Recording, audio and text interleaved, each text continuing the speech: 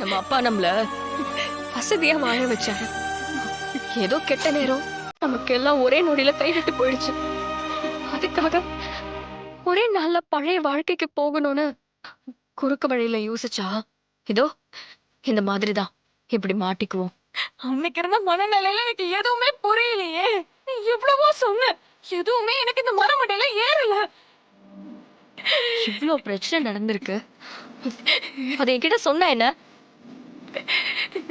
சொன்னா நீ கோவப்பட வந்தா நான் சொல்லல. அதுக்காக நீங்களே தற்கொலை முடிவு எடுத்துட்டீங்களோ? என்ன கஷ்டம் வந்தாலும் கூட நிக்கிறதுக்கு தான் அம்மா அக்கான்னு நாங்க இருக்கோம். நீ பாட்டுக்கு அவசரப்பட்டு இப்படி ஒரு முடிவு எடுத்துட்டா உனக்கு ஏதாவது ஆயிருந்தா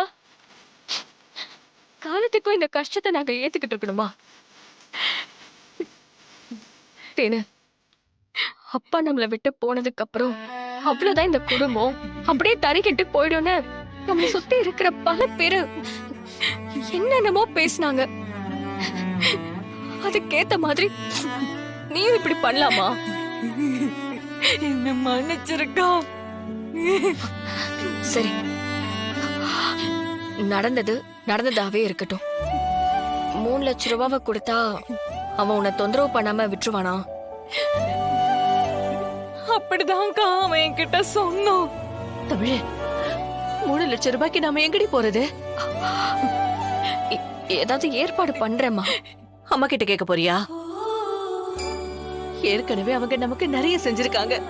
மேலும் மேலும் அவங்கள பணம் கேட்டா நம்மள தானே தப்பா நினைப்பாங்க. இல்லம்மா, வேற ஏதாவது ஒரு வழியில நம்ம பணத்தை ஏற்பாடு பண்ணி கொடுக்கலாமா? இப்போதைக்கு இந்த பிரச்சனையை முடிக்கணும். தேனு, வா, நாம அவனை நேர்ல போய் பார்த்து இந்த பிரச்சனையை சரி பண்ணலாம். அக்கா எனக்கு பயமா இருக்குக்கா, நான் வரல. இங்க பாரு, பயமா இருக்குன்னு ஒதுங்கி இருக்கிறதுனால எந்த பிரச்சனையும் தீர போறது இல்ல.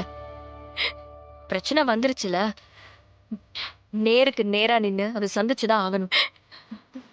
வா. தமிழ், நானும் வரேன், வா. வேண்டாமா, நீ வீட்ல இருந்து இசைய பாத்துக்க. பிரச்சனையெல்லாம் முடிச்சுட்டு நான் உனக்கு கால் பண்றேன். தேனு, வா.